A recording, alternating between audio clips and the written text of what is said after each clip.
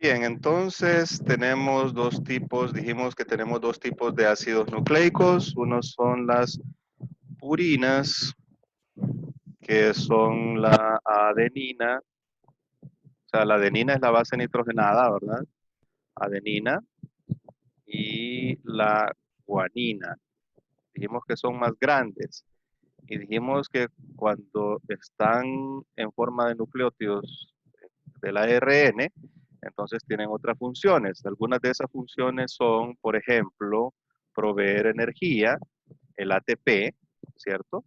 El ATP es un nucleótido de ARN y también sirven para, algunos sirven como segundos mensajeros en el proceso de señalización intracelular. O sea, en el campo que se denomina biología modular, que es la señalización intracelular. Entonces, esos segundos mensajeros son el AMP cíclico y el GMP cíclico. Son segundos mensajeros. Esa es otra de las funciones que tiene. Y por otro lado tenemos a las pirimidinas. Las pirimidinas que son son tres. Son la citosina, Timina y uracilo. la timina, permítanme un segundo. Permítanme un segundito.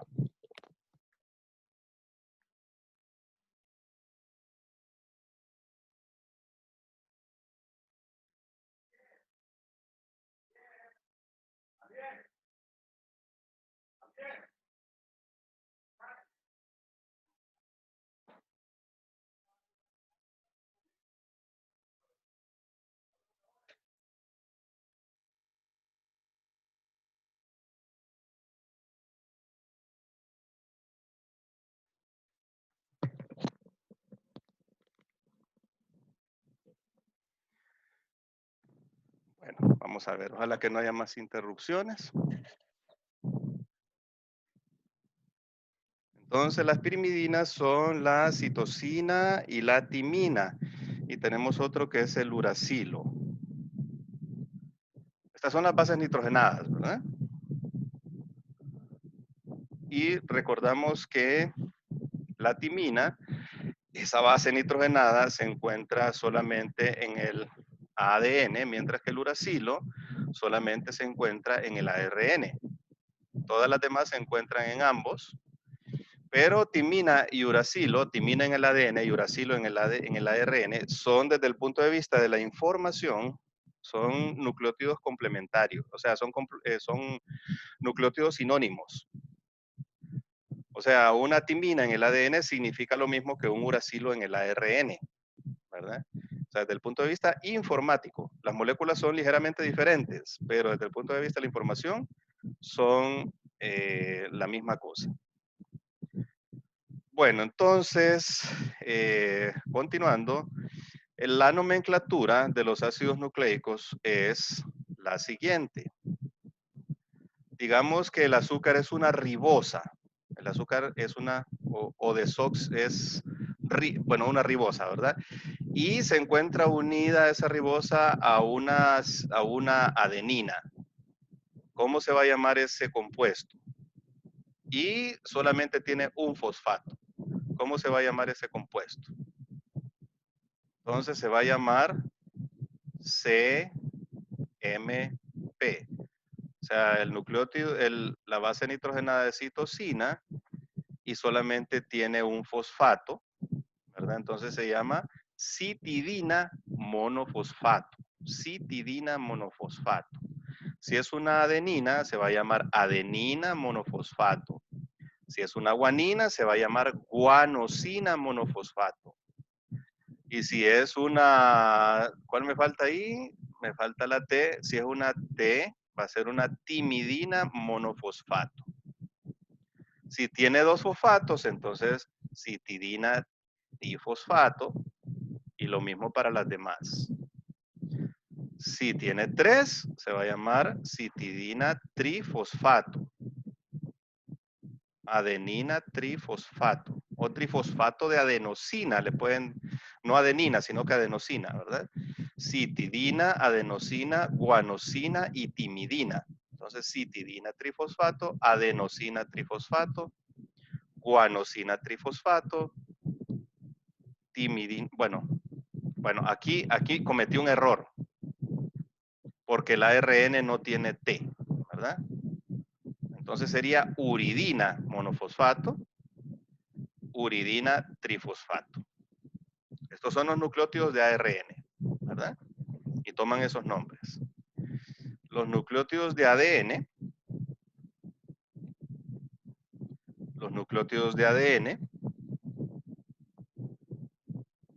tienen la misma nomenclatura, pero le vamos a poner una D minúscula antes. Entonces, DCMP, desoxicitidina monofosfato. DAMP, desoxiadenosina monofosfato. Y así por el estilo. El resto es igual, ¿verdad?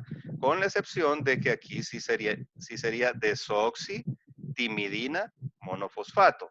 Con los de ARN sería uridina monofosfato, ¿cierto? Aquí no, aquí es desoxitimidina monofosfato. Y así es una nomenclatura bastante fácil, ¿verdad? Y esta nomenclatura es para los nucleótidos sueltos, para los que se encuentran sueltos, no formando parte del ADN ni del ARN. Bueno, entonces esas son las características generales. Esas son las características generales. Entonces, ¿qué carbonos son importantes para la ribosa y la desoxirribosa? Uno, el carbono 1', porque ahí va unida la base nitrogenada. Dos, el carbono 5', ahí van los grupos fosfato. En el carbono 2' es donde vemos la diferencia entre la ribosa y la desoxirribosa. Entonces es importante por eso también. Y otro carbono que es importante es el carbono 3'. Y les voy a explicar por qué. Porque cuando se va a formar la cadena de ADN y la cadena de ARN, entonces un nucleótido se va a unir con el otro a través de esos dos enlaces, del enlace 5' y el enlace 3'. ¿De acuerdo? Entonces esos son importantes porque los enlaces, ¿cómo se denominan esos enlaces que van a unir dos nucleótidos consecutivos? ¿Enlaces qué? Fosfodiéster. Fosfodiéster, correcto. Enlaces fosfodiéster. Los enlaces fosfodiéster son también enlaces covalentes, como los enlaces peptídicos. Y se forman gracias a la energía que se desprende de un pirofosfato, o sea, dos fosfatos. Y entonces, cuando ya los fosfatos forman parte de la cadena de ADN o de ARN, ya no tienen esos dos fosfatos, solo sirvieron para originar energía, para que ese enlace de alta energía sirviera para crear el enlace que es el enlace covalente, ¿verdad? El enlace fosfodiéster. Bueno, entonces esto es importante. Los carbonos que participan en los enlaces fosfodiéster son el 5' y el 3'. Algo bastante importante. Vamos a limpiar la pizarra. Me va a venir una pizarrita, una tablet que sirve para eso, para escribir. Entonces vamos a tener una pizarrita completa porque con el mouse es un poco difícil estar en esto. Bueno, entonces vamos a dibujar otra vez el esqueleto de un nucleótido. Bueno, entonces aquí tenemos el oxígeno, tenemos el carbono,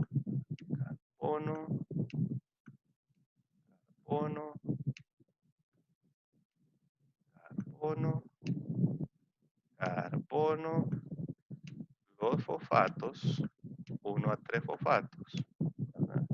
Y este es el carbono 5', y este de acá es el carbono 3'. Bueno, entonces una regla.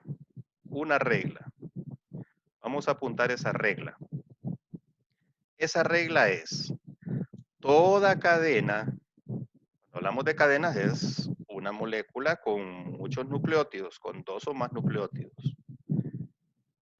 Toda cadena de ADN y de ARN se sintetiza en el sentido 5' a 3'. Esa es una regla, ¿verdad? Toda cadena de ADN o de ARN se sintetiza en sentido 5' a 3'.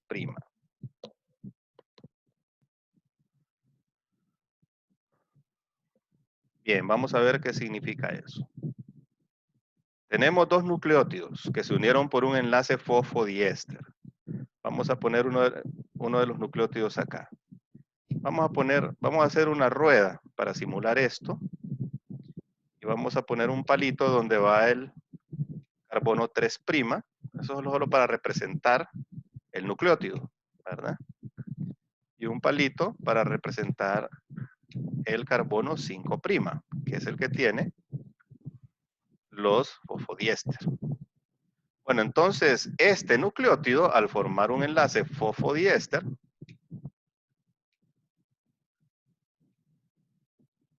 forma un enlace fosfodiéster, aquí lleva 3 fosfatos.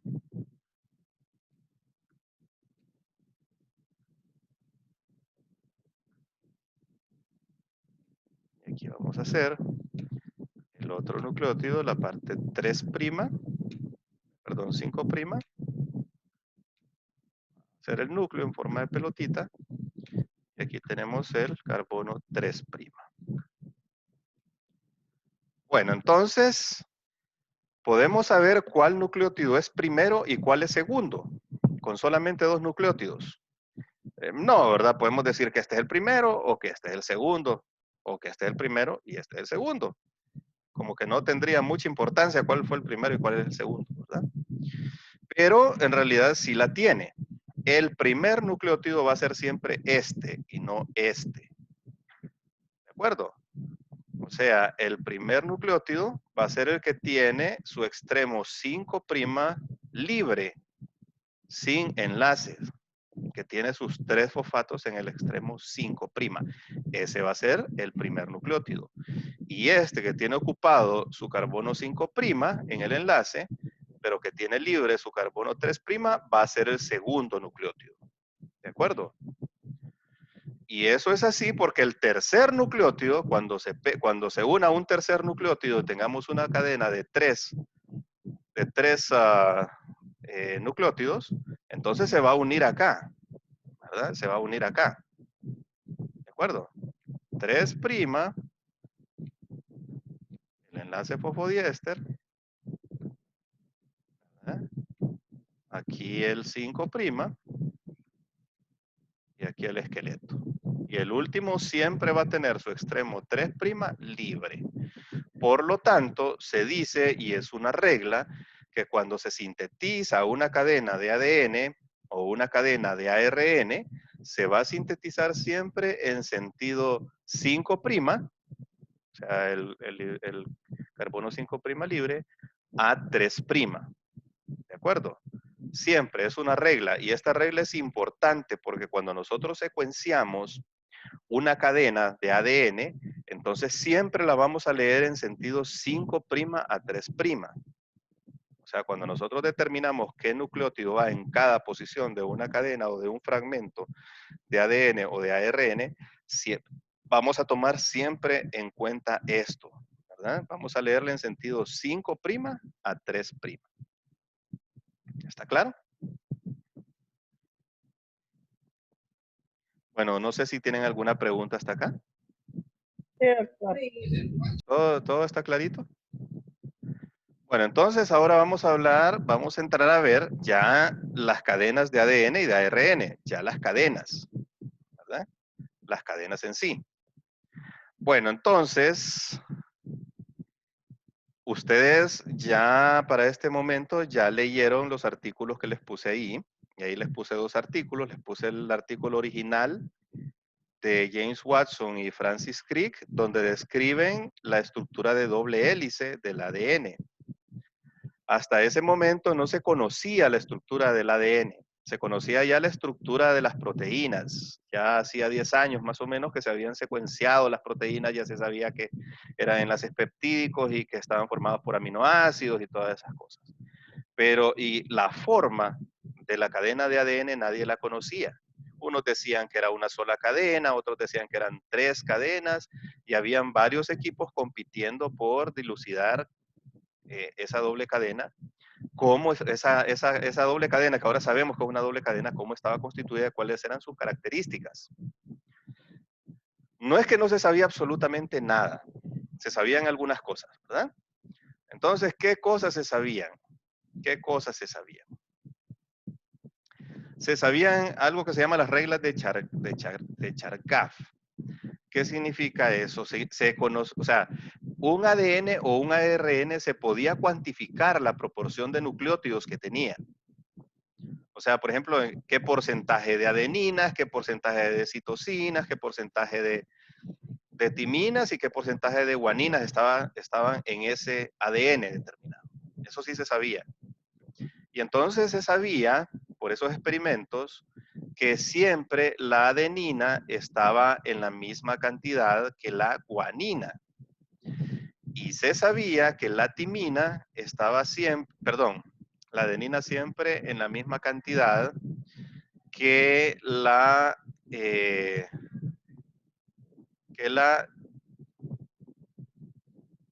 timina. Citosina. ¿Ah? ¿Perdón? O sea, la adenina en Y en los, la citosina con... y la citosina, correcto, y la citosina en la misma cantidad que la guanina. Eso se conocía ya. Esto en los ADNs, pero en los ARNs no era así. O sea, en los ARNs se miraba que la adenina estaba en cantidad diferente que la timina y la citosina estaba en cantidad diferente que la guanina. Silencien el micrófono, please, ¿verdad? Por la bulla de fondo. Y cuando hablen, entonces lo activan, pero para evitar la reverberación y ese ruido de fondo. Bueno, entonces eso se conocía bien. Bueno, entonces, como esto era así, por lo tanto, estas dos que son pirimidinas, ¿cierto? No, aquí hubiéramos puesto timina. Vamos a poner timina acá y aquí vamos a poner adenina. Entonces, aquí tenemos juntitas las pirimidinas. Por lo tanto, las pirimidinas estaban en la misma cantidad que las purinas. Y obviamente, si por cada purina hay una pirimidina, entonces las pirimidinas iban a estar en el ADN, están en un 50%, y las purinas están en el otro 50%. O sea, están igualmente repartidas. 50%, ¿verdad? 50% purinas y 50% pirimidinas. Bueno, entonces, esto no se cumplía en el ARN, solamente se cumplía en el ADN. Entonces, eso ya se conocía, ¿verdad? O sea, que, ¿cómo les explico? Que la estructura del ADN era un rompecabezas que había que armar con los elementos que ya se conocían. ¿Qué otras cosas se conocían para el momento? Se conocía, por ejemplo, la forma general de la molécula porque ya existía una técnica que se llama técnica de difracción de rayos X. También se le denomina cristalografía de rayos X. Se apunta un rayo de rayos, se apuntan rayos X hacia las moléculas y entonces se obtiene una forma general, como una fotografía de rayos X de la molécula y entonces se puede ver la forma general de la molécula. No es que vamos a una fotografía, ¿verdad? De perfil como para Instagram, no, ¿verdad? No es así, sino que solo se ve una forma general de la molécula. Entonces, hay una señora que desarrolló bastante bien. Todo esto pasó en el Reino Unido, ¿verdad? Ellos son los buenos, fueron los buenos en este descubrimiento. Bueno, entonces había una señora en el Reino Unido, en otro laboratorio, un laboratorio que estaba también dilucidando la estructura del ADN, que es el laboratorio de un señor de apellido Wilkins. Y esta señora comenzó a trabajar para el laboratorio de Wilkins. Su nombre es Rosalind Franklin. Rosalind Franklin se llamaba, ¿verdad? Y entonces Rosalind Franklin era una persona bien metódica y había desarrollado la técnica de cristalografía de rayos X bastante. Y tenía imágenes bastante buenas de las moléculas. Y entonces lo que ella vio es que la molécula de ADN parecía como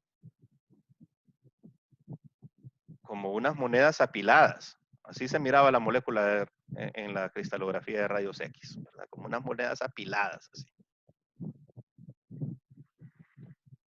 Bueno, entonces Watson y Crick comenzaron a intentar dilucidar, eran unos muchachos. James Watson tenía como 21 años, algo así, estaba haciendo su doctorado, y Francis Crick tenía como 30 años, algo así, ¿verdad? Estaban jovencitos. Y los dos se unieron para tratar de dilucidar la estructura de doble hélice. Una de las veces fueron al laboratorio de Wilkins, y Wilkins no se llevaba bien con Rosalind Franklin, y entonces le enseñó las imágenes de Rosalind Franklin sin el permiso de ella.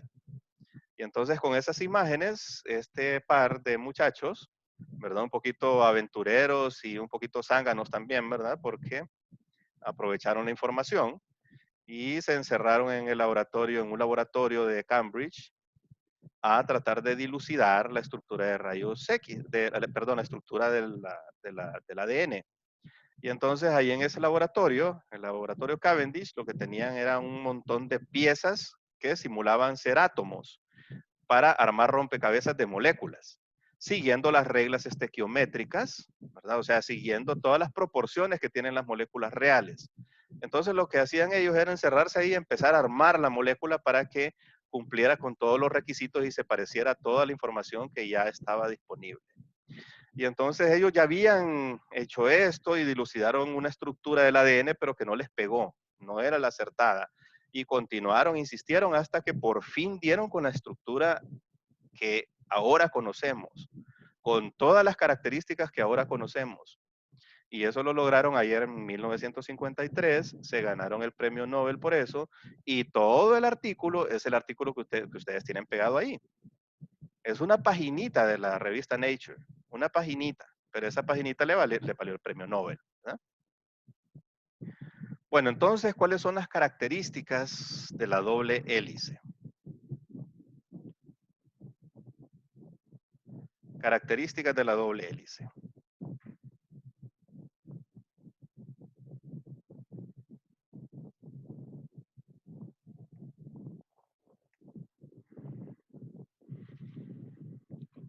Bueno, en primer lugar, la primera característica. Es bicatenaria, doctor. Es de doble cadena, sí. Bueno, esa es la primera. Es la primera característica. Doble cadena, son dos cadenas. Como les decía yo, en ese tiempo no se sabían si eran dos, si eran tres, si eran cuatro, si era uno, qué, cómo estaba el rollo con eso, ¿verdad? Entonces ellos dilucidaron que eran dos cadenas. Y además dilucidaron que eran dos cadenas dextrógiras.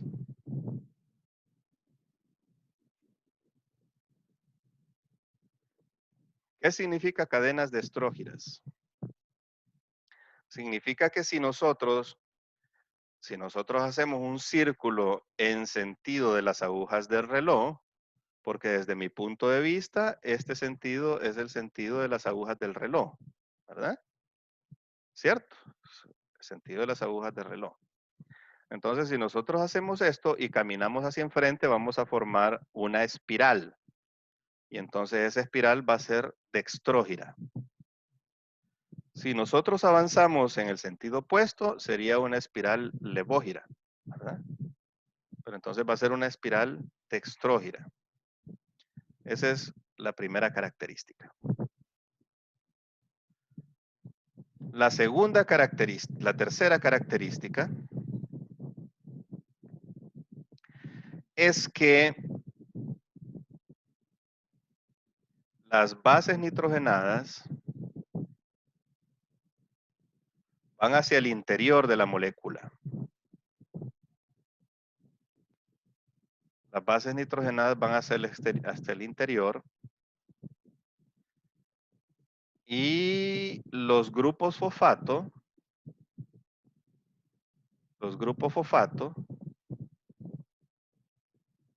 van hacia el exterior, formando una especie exterior, formando una especie de esqueleto, ¿verdad? Una columna dorsal de la molécula, los grupos fosfato hacia el exterior.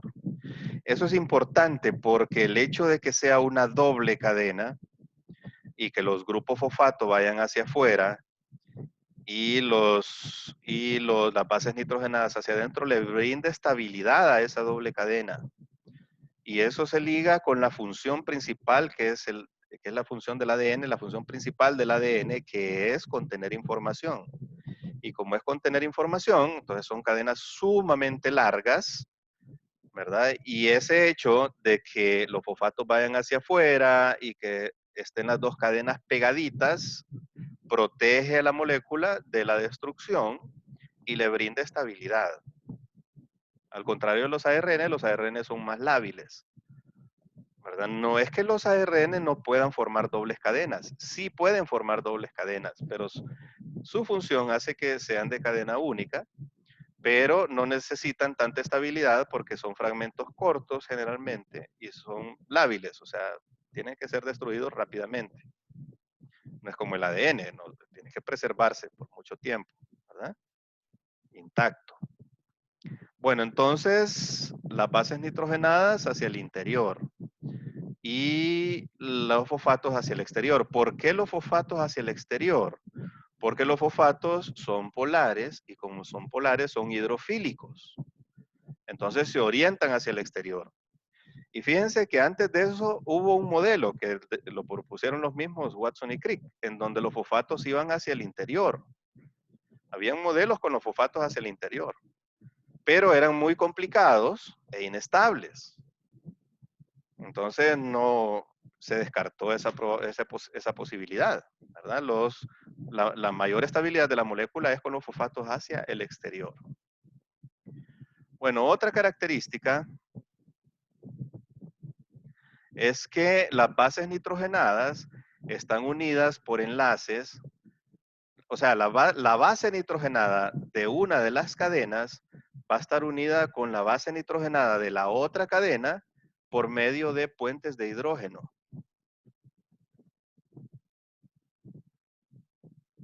Se le llama también enlaces débiles. Ustedes conocen ya los puentes de hidrógeno, ya lo han venido viendo, ¿cierto? Hay varios tipos de enlaces. Tenemos los enlaces covalentes, que son los más fuertes. Tenemos los enlaces iónicos, que son más o menos fuertes. Y los más débiles, entonces, son los puentes de hidrógeno, ¿verdad? Son enlaces débiles. Y ustedes lo han visto en las moléculas de agua, ¿cierto? Bueno, entonces, miren, vamos a dibujar una molécula de agua acá. Recuerden ustedes que las moléculas de agua no están en línea recta, sino que están más o menos así, formando un ángulo con los hidrógenos acá y el oxígeno aquí en medio, ¿cierto?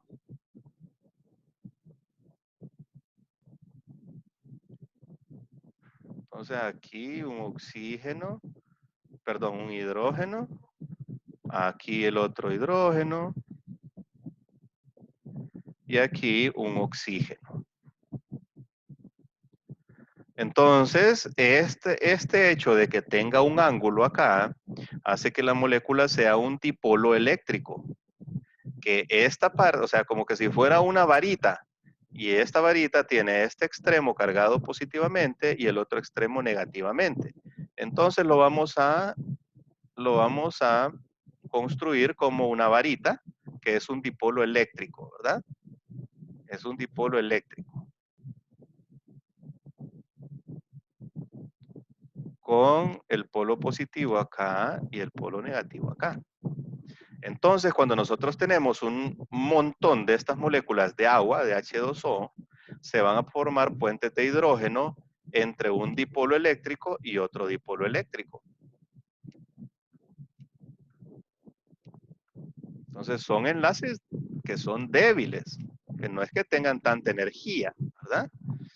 No es que tengan tanta energía. Pero estos enlaces de poca energía, aunque son de poca energía, ya al agua, a todo el conjunto de, digamos, nosotros tenemos un recipiente de agua. ya le da ciertas características físico-químicas que no las tendría de no ser por estos puentes que tenemos acá. Entonces esos puentes hacen que el agua sea, por ejemplo, el enfriador por naturaleza, es un buen enfriador. Enfriamos cosas con agua, ¿cierto? ¿Por qué las enfriamos con agua? Porque tiene un calor específico bien alto.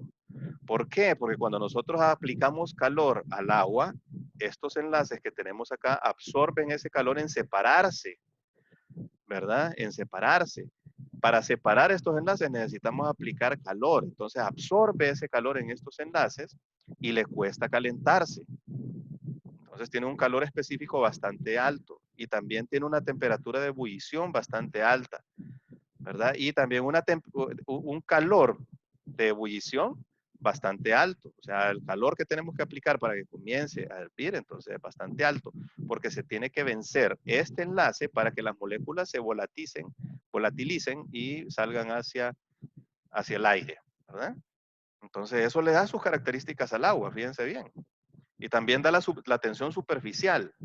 Los zancuditos pueden andar caminando en el agua por esta fuerza que se llama tensión superficial, ¿cierto? Y si nosotros nos caemos de un avión y pegamos en el agua, es como que pegáramos en el cemento, ¿verdad? Viajando a 150 kilómetros por hora.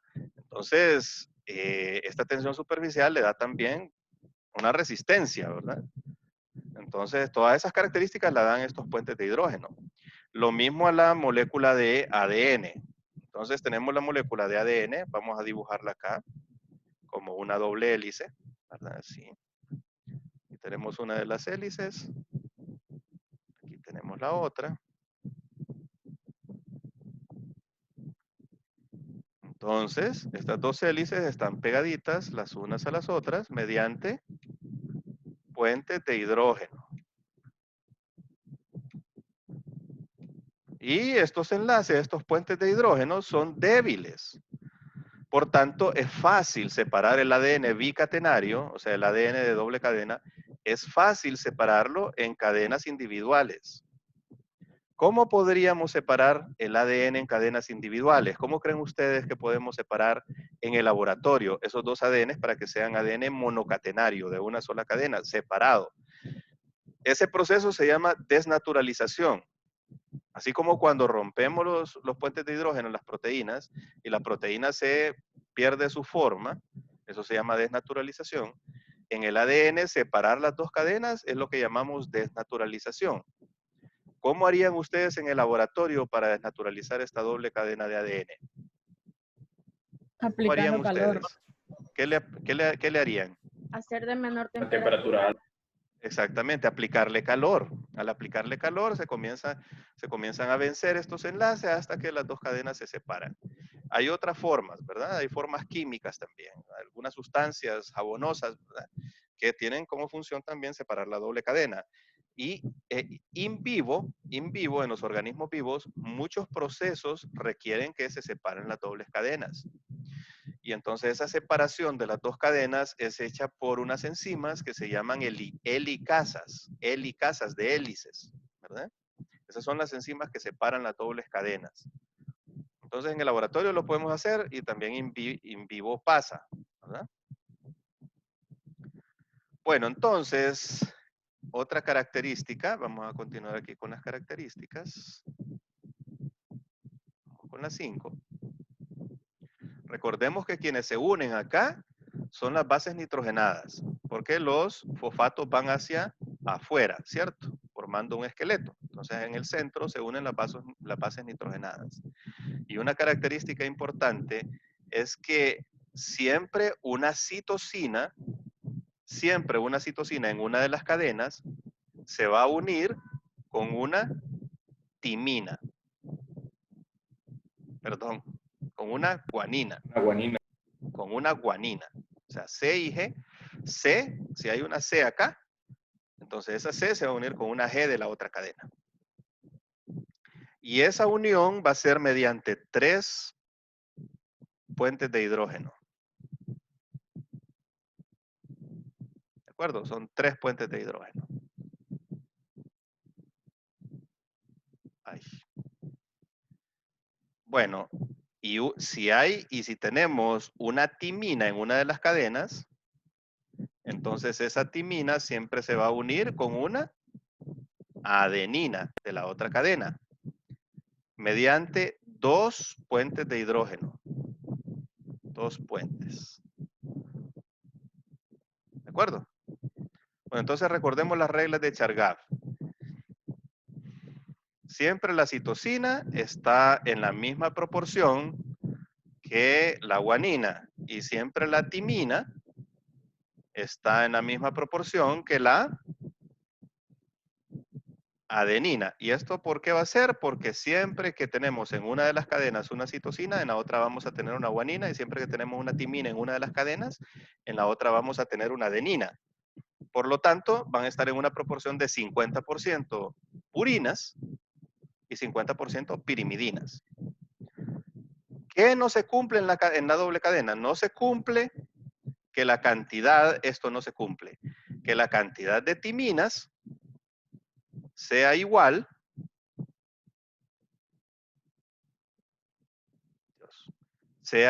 a la cantidad de citosinas. Esto no.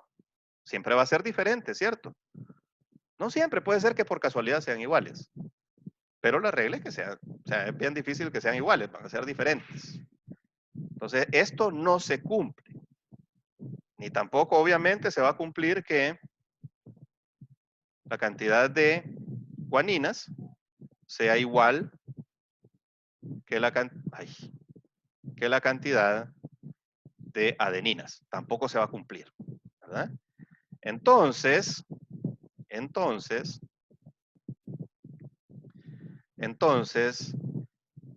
la cantidad de G de guaninas más citosinas va a ser siempre diferente que la cantidad de adeninas y timinas, ¿verdad? O sea, esto va a ser siempre diferente que esto. Y en algunos organismos va a predominar la proporción de G más C y en otros organismos va a predominar la proporción de A más T. ¿De acuerdo? O sea, esto no se cumple. Entonces aquí pónganle ustedes, cuando escriban, pónganle esto no se va a cumplir, ¿verdad? La cantidad de G más C no va a ser, entonces pónganle aquí diferente. No sé cómo poner aquí el símbolo de diferencia, ¿verdad? Pero le ponen aquí un igual con un palito así cruzando. Póngale el Eso igual y significa póngale diferente. la pleca encima. Ajá, exactamente. Eso significa diferente, ¿verdad? Entonces aquí también le ponen una plequita, ¿verdad? T es diferente que C y G va a ser diferente que A. Esto sí se cumple. La citosina siempre va a estar en la misma proporción que la guanina, la timina siempre en la misma proporción que la adenina, pero esto no. G más C va a ser diferente que A más T. Entonces les decía, algunos organismos tienen una mayor proporción de esto y otros organismos tienen una mayor proporción de esto. ¿De acuerdo? ¿De acuerdo? Esas son reglas, ¿verdad? Son reglas. Bueno, entonces vamos a ver un ejemplo de para qué nos sirve saber esto, de estas proporciones. Bien, el ADN se divide en dos, lo vamos a ver mejor cuando miremos genomas. El ADN se divide a grosso modo, ¿verdad? En dos tipos de secuencias. Las secuencias que son genes, que es el ADN codificante, y las secuencias que no son genes, el ADN no codificante. Son otra cosa, pero no son genes, no codifican para proteínas, ¿verdad? Y es más, la cantidad de ADN no codificante es mucho mayor que la cantidad de ADN codificante en nosotros los humanos y en organismos superiores. El ADN no codificante es la mayor parte. Los genes están regaditos ahí, son un poquito, un pequeño porcentaje del ADN. Lo demás es ADN no codificante. Antes se le llamaba ADN basura. Y luego se le han encontrado otros usos, pero no es codificante. No, el uso no es codificar para genes. ¿De acuerdo? Bueno, entonces eso se ha visto en seres humanos y en organismos superiores, ¿verdad? Que los eucariotas multicelulares, o sea, los metazoarios, los multicelulares eucariotas. Pero en bacterias eso no es así. ¿Por qué? Porque la bacteria no tiene mitocondrias. la bacteria es bien sencilla en comparación con los organismos eucariotas. Los procariotas son mucho más sencillos. Generalmente solo tienen un cromosoma y tienen el ADN necesario para codificar los genes que necesitan. Porque para replicar el ADN, para copiarlo y que se divida ese microorganismo en 2 microorganismos, se necesita mucha energía. Y las bacteritas no tienen la energía para hacer eso. Entonces, a ellos les conviene, por selección natural, han evolucionado un genoma que tiene lo que necesitan solamente para codificar genes. Casi todo su ADN es codificante, codifica para proteínas, porque la bacteria es bien sencilla. Entonces o tiene muy poco ADN no codificante, muy poco. La cuestión es la siguiente, en el ADN codificante, en los genes, la proporción de G más C es ligeramente mayor que la de A más T. Perdón, al revés. En los organismos como nosotros, en el ADN no codificante, predomina A más T. ¿De acuerdo? Predomina A más T. Y G más C está en una menor proporción. Mientras que en los genes, la proporción de G más C es ligeramente superior a la proporción de A más T en las porciones genéticas. Entonces, si nosotros tenemos 2 ADN, un ADN bacteriano y otro ADN de un metazoario, podríamos saber eventualmente cuál ADN es el de la bacteria y cuál es el del metazoario eucariota. ¿Cómo lo podríamos saber? Calentándolo. Entonces, en el ADN de uno, o sea, uno de los ADN se va a separar a una temperatura menor. Se va a hacer ADN monocatenario a una temperatura menor. ¿Cuál de los dos? ¿El humano o el bacteriano? ¿Cuál se va a separar antes, a una temperatura menor? El humano. ¿Por qué? Porque, contesta. Porque tiene mucho ADN no codificante, ¿cierto? Y el ADN no codificante tiene proporcionalmente más A y T, adeninas y timinas. Y las adeninas y timinas solo están unidos por 2 puentes de hidrógeno. Entonces la energía que se necesita para separar ese ADN es menor. El ADN no codificante se separa antes, porque es menor la energía que se necesita. Mientras que el ADN que es todo codificante, como el de las bacterias, necesita más energía porque las citosinas y las guaninas están unidas mediante 3 puentes de hidrógeno. ¿De acuerdo?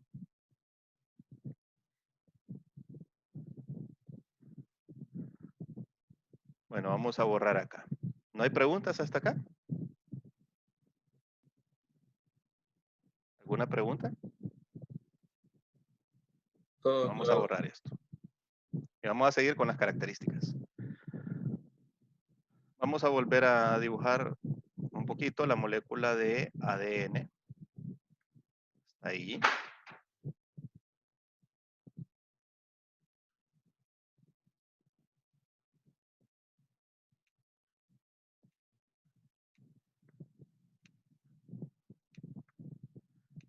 Bueno, entonces, esta es otra de las características. La cadena tiene 2 surcos.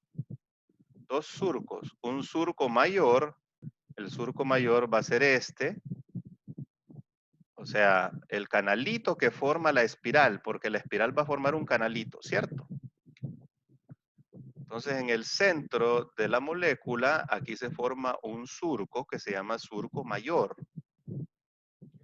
Y por afuera de la molécula, entre las 2 hélices, se va a formar un surco también, por afuera de la molécula, por acá. Y este se va a llamar surco menor.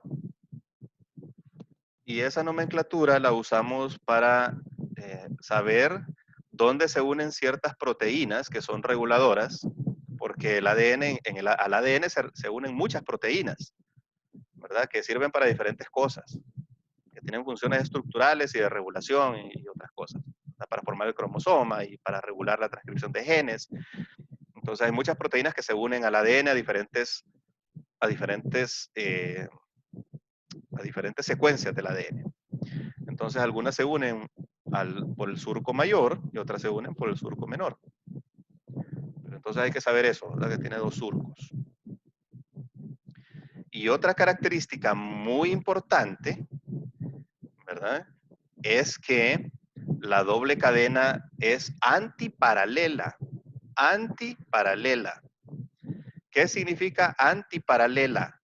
Que si una de las cadenas tenemos en este extremo 5', ¿se acuerdan que una cadena, toda cadena de ADN o de ARN crece en sentido 5' a 3'? Entonces vamos a seguir aquí esta cadena, esta viene acá, y termina acá, en 3'. Entonces la otra cadena va a tener el sentido opuesto, de 5' a 3'. Y esta es la única forma en la que las bases nitrogenadas pueden encajar entre sí. Bueno, entonces hay varias cosas que observaron Watson y Crick. Watson y Crick observaron que siempre que había en una de las cadenas una purina, en la otra tenía que haber una pirimidina para que la molécula tuviera siempre la misma forma, porque la purina es más grande y la pirimidina es más chiquita. Entonces, si nosotros tenemos adenina en esta cadena y tenemos timina en la otra cadena, esa distancia que va a haber entre esos dos nucleótidos va a ser igual a que tengamos guanina en una de las cadenas y citosina en la otra cadena, ¿verdad? Entonces, siempre que en una cadena tenemos una purina, en la otra debemos tener una pirimidina para que ensamble bien. Y no solo eso, sino que esta cadena tiene que estar al revés de la otra cadena para que puedan ensamblar bien esos tres enlaces. Y todo eso fue lo que observaron Watson y Crick. Entonces procedieron a agarrar moleculitas que son moléculas de verdad de plástico. No moléculas de verdad, pero son simulaciones de plástico. Y empezaron a armar el rompecabezas con las distancias con la estequiometría entre las moléculas y toda la cosa, ¿verdad? Respetando distancias y respetando formas y estabilidad. Y con eso dieron, ¿verdad? O sea, así de esa manera dieron con la estructura de doble hélice. Y la única manera que podía encajar una hélice en la otra, formando una doble cadena, es que fueran antiparalelas. Que una estuviera opuesta a la otra, del sentido 5' a 3'. Y esas son las características de la doble cadena. ¿Alguna pregunta?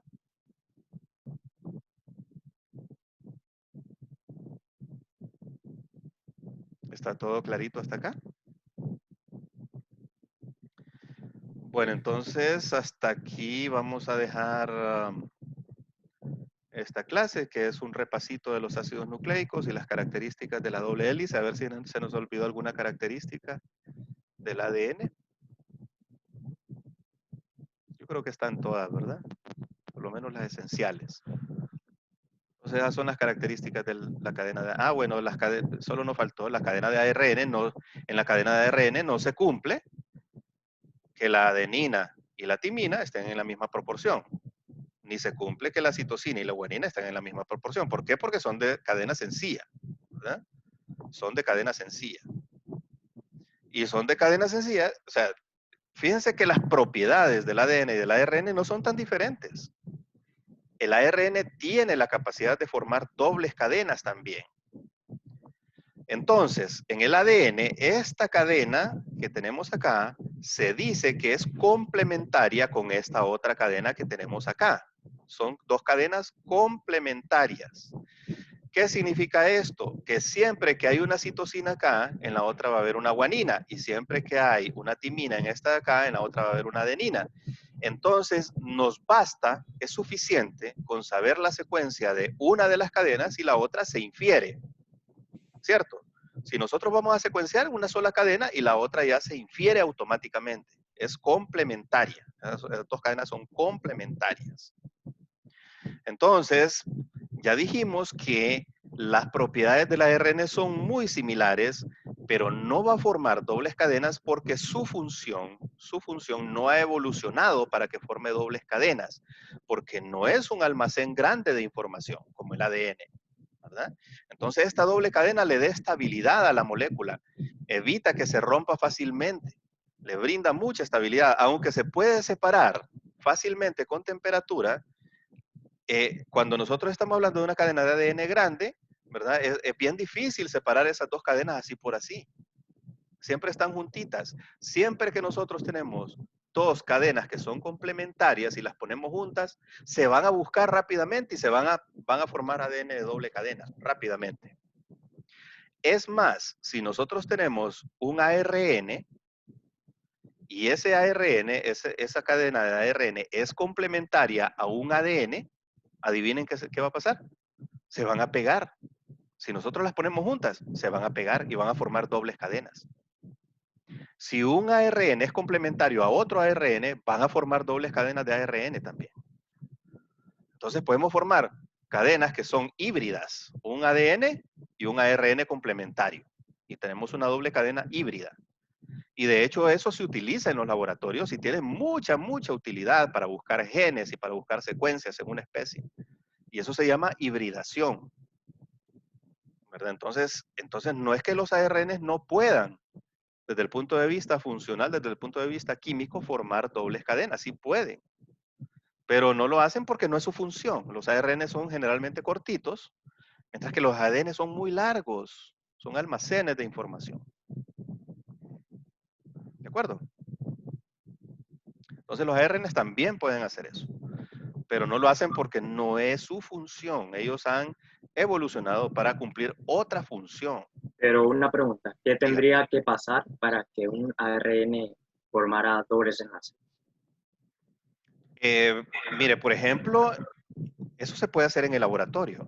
Por ejemplo, ustedes pueden fabricar una secuencia de ARN que sea complementaria de un ADN, ¿verdad? Vaya, les voy a decir algunos usos de esto. Imagínense que ustedes descubren una secuencia de ADN en el ratón que tiene que ver con alguna enfermedad. Como nosotros nos parecemos mucho al ratón, ¿verdad? Nos parecemos mucho en nuestro ADN. Entonces nosotros queremos buscar, y digamos que tenemos ese modelo de ratón de esa enfermedad, que ese ratón le da una enfermedad determinada con determinados signos y síntomas, y esa enfermedad le da porque tiene una alteración en su ADN, en alguno de los genes, ¿verdad? Y ustedes ya saben qué gen es y qué mutación, qué cambio en esa secuencia de ADN causó esa enfermedad. Entonces ustedes quieren encontrar ese mismo gen en el ser humano, a ver si lo tiene el ser humano, ¿verdad? Porque probablemente, si se muta, también va a originar algo similar al del ratón. Entonces ustedes fabrican un ARN, le ponen una lamparita en la punta a ese ARN, que esa lamparita es una tinción, es un fluorocromo, una molécula de un fluorocromo que emite luz cuando ustedes la alumbran con luz ultravioleta. Y entonces hacen un montón de moleculitas de esas, ¿verdad? Y van luego a ver si se pega en el ADN humano, de alguna manera. Si se pega, quiere decir que la secuencia está ahí. Es complementario a esa secuencia de ratón, ¿cierto?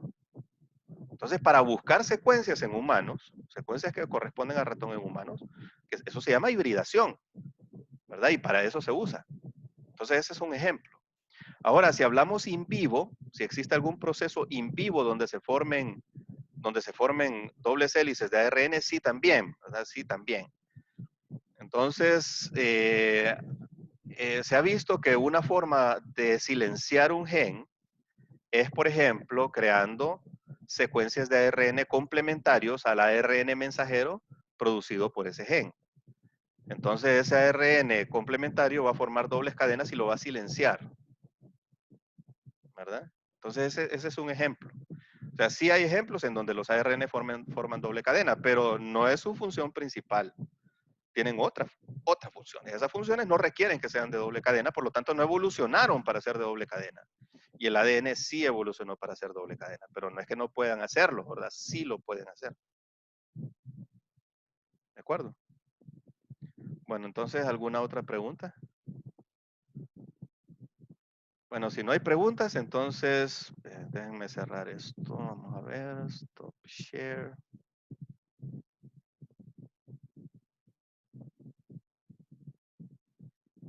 Si no hay ninguna pregunta, ¿alguna pregunta sobre los ácidos nucleicos, las características de la doble hélice? No, doctor, todo claro como el agua hecha. Todo claro. Bueno, este es como un repaso de bioquímica y es lo básico, ¿verdad? Que deben saber del ADN, de la doble cadena. Estudienlo bien. Y les voy a subir el video ahí a la plataforma, ¿verdad? Y se lo voy a compartir. Perfecto. Y nos Gracias. vemos Ah, les voy a pegar unos artículos también, ¿verdad? Un artículo para que vayan estudiando lo que es de una de las clases. Ok. Bueno, Entonces nos gracias. vemos el lunes. Voy a parar la Gracias, doctor. grabación. Feliz fin de semana.